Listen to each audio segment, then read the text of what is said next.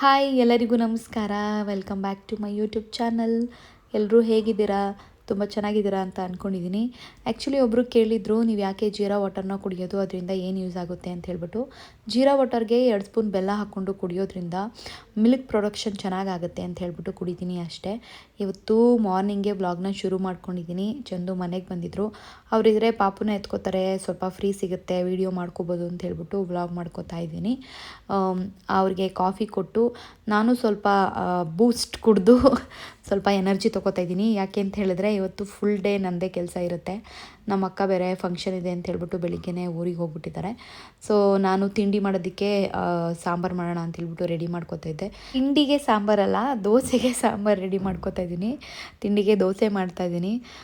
ಸಾಂಬಾರು ಇವಾಗಲೇ ಮಾಡಿಬಿಟ್ರೆ ಮಧ್ಯಾಹ್ನ ಏನೂ ಮಾಡೋಂಗಿರಲ್ಲ.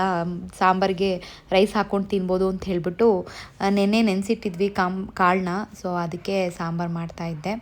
ಪಾಪು ಎತ್ಕೊಳ್ಳಿ ಅಂತ ಹೇಳಿದ್ರೆ ಅವ್ನು ಯಾಕೋ ಸ್ವಲ್ಪ ಹೋಗ್ತಾನೆ ಇರಲಿಲ್ಲ, ಅಳ್ತಾ ಇದ್ದ ಅಂತ ಹೇಳ್ಬಿಟ್ಟು ಅವನನ್ನು ನಾನೇ ಎತ್ಕೊಂಡು ಸ್ಟಾರ್ಟ್ ಮಾಡಿಕೊಂಡೆ ಸಾಂಬಾರು ಮಾಡೋಣ ಅಂತ ಹೇಳ್ಬಿಟ್ಟು.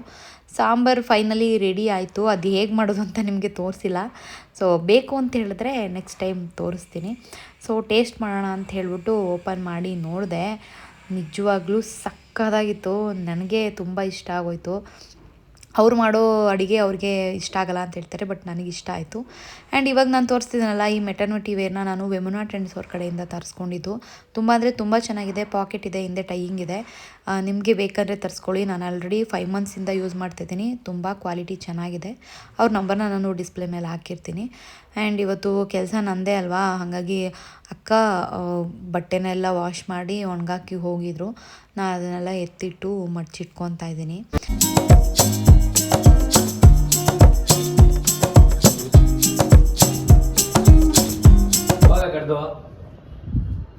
ಕಡ್ದು ಯಾರ ಮಗ ನೀನು? ಅಮ್ಮನ ಮಗನ ಅಪ್ಪನ ಮಗನ?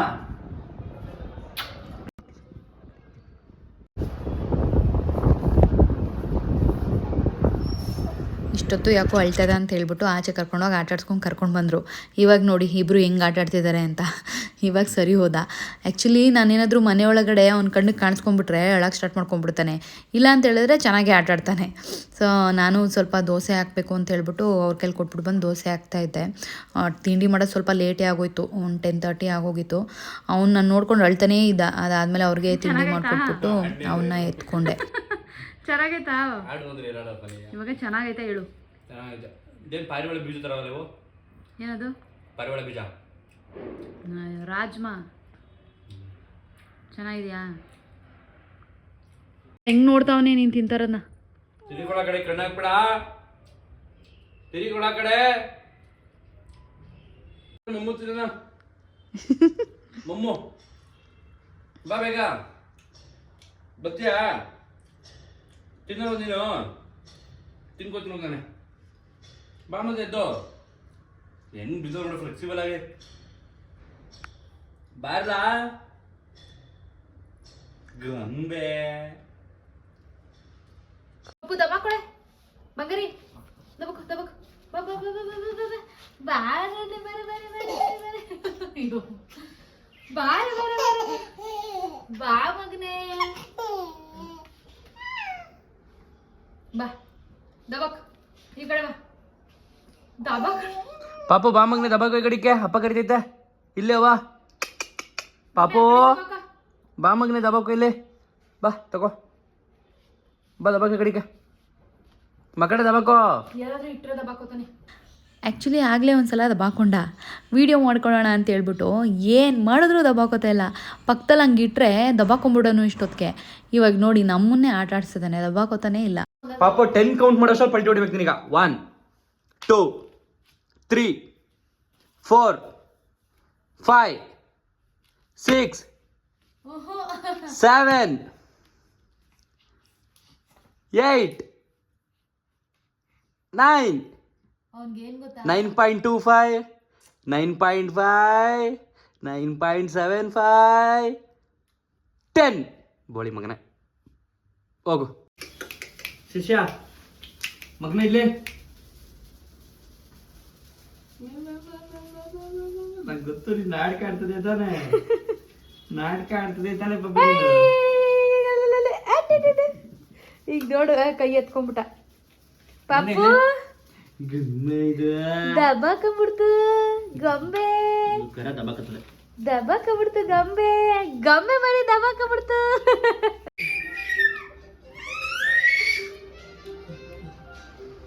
ಹೆಂಗಿದೆ ನಾನು ಮಾಡಿರೋ ದೋಸೆ ಇದರ ದೇಕೋರೇ. ಸೊ ಕೆಲಸ ಎಲ್ಲ ಮುಗಿಸ್ಕೊಂಡು ನಾನು ಚಂದು ಮೂವಿ ನೋಡೋಣ ಅಂತ ಹೇಳ್ಬಿಟ್ಟು ಮೂವಿ ನೋಡ್ಕೊಂಡು ಕೂತಿದ್ವಿ. ಪಾಪು ಮಲ್ಕೊಂಡಿದ್ದ. ಈ ಮೂವಿನ ಎಷ್ಟು ಸಲ ನೋಡಿದ್ರೂ ನೋಡ್ತಾನೆ ಇರಬೇಕು ಅಂತ ಅನಿಸುತ್ತೆ. ನಿಜವಾಗ್ಲೂ ಅಷ್ಟು ಚೆನ್ನಾಗಿದೆ ಮೂವಿ. ನನಗೆ ರಾಜ್ಕುಮಾರ್ ಸರ್ ಮೂವಿಗಳಂದರೆ ಸಿಕ್ಕಾಪಟ್ಟೆ ಇಷ್ಟ.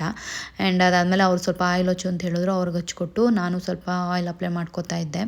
ಆಯಿಲ್ ಬಗ್ಗೆ ಕೇಳಿದ್ರಿ, ಬಟ್ ನಾನು ಹಚ್ಕೊಂಡು ಅದನ್ನು ರಿಸಲ್ಟ್ ಬಂದ ಮೇಲೆ ನಾನು ಖಂಡಿತವಾಗ್ಲೂ ನಿಮ್ಗೆ ಹೇಳ್ತೀನಿ. ನನಗೆ ನಿಜ ಹೇಳ್ತೀನಿ, ಸಿಕ್ಕಾಪಟ್ಟೆ ಅಂದರೆ ತುಂಬ ಹೇರ್ ಫಾಲ್ ಆಗ್ತಿತ್ತು ಅಲ್ಲ, ಆಗ್ತಾ ಇದೆ. ನೀವೇ ನೋಡ್ತಾ ಇರ್ಬೋದು. ಜಸ್ಟ್ ಒಂದು ಸಲ ಬಚ್ಚೋದಕ್ಕೆ ನನ್ನ ಕೈಲಿ ನೋಡಿ ಎಷ್ಟು ಕೂದಲು ಬಂತು ಅಂತ. ಬಟ್ ಆಯಿಲ್ ವರ್ಕ್ ಆದರೆ ಖಂಡಿತವಾಗ್ಲೂ ನಿಮಗೆ ಹೇಳ್ತೀನಿ, ಓಕೆನಾ. ಇವಾಗ ಗೆಣಸನ್ನ ಕಟ್ ಮಾಡ್ತಾಯಿದ್ದೀನಿ. ಅದನ್ನು ಕಟ್ ಮಾಡಿಬಿಟ್ಟು ಬೇಯಿಸ್ಬಿಟ್ಟು ಕೊಡೋಣ ಅಂತ ಹೇಳ್ಬಿಟ್ಟು. ಚಿಂದುಗೆ ಸಿಕ್ಕಾಪಟ್ಟೆ ಇಷ್ಟ ಇದು, ಹಾಗಾಗಿ. ಲಾಸ್ಟ್ ಟೈಮ್ ನಾನು ಪಾಪುಗೆ ಬೆಳ್ಳಿ ಐಟಮ್ ತೊಗೊಂಡು ಬಂದಾಗ ತುಂಬ ಜನ ಕಮೆಂಟಲ್ಲಿ ಕೇಳಿದ್ರಿ ಎಷ್ಟಾಯಿತು ಹೇಳಿ ಅಂತ ಹೇಳ್ಬಿಟ್ಟು. ಹಾಗಾಗಿ ಹೇಳೋಣ ಅಂತ ತೊಗೊಂಡು ಬಂದೆ. ನಾನು ಕಾಲು ಚೈನು ಮತ್ತು ಸೊಂಟದ ಚೈನು ಮತ್ತು ಕೈ ಬಳೆ ಮೂರನ್ನು ತೊಗೊಂಡ್ವಿ. ಆ್ಯಕ್ಚುಲಿ ನಾನು ನಮ್ಮ ಅಕ್ಕ ಫಸ್ಟ್ ಟೈಮು ಇಲ್ಲೇ ಹತ್ರದಲ್ಲೇ ಒಂದು ಅಂಗಡಿಗೆ ಹೋಗಿದ್ವಿ. ಅದರಲ್ಲಿ ಸಿಕ್ಕಾಪಟ್ಟೆ ರೇಟ್ ಜಾಸ್ತಿ ಹೇಳಿದ್ರು. ಅವತ್ತು ರೇಟು ಪರ್ ಗ್ರಾಮು 380 ರುಪೀಸ್ ಇತ್ತು. ನಾಳೆ ಬಂದರೆ ನಿಮಗೆ 400-450 ಆಗುತ್ತೆ ಅಂತ ಹೇಳಿದ್ರು. ಹಾಗೆ ಆಯಿತು.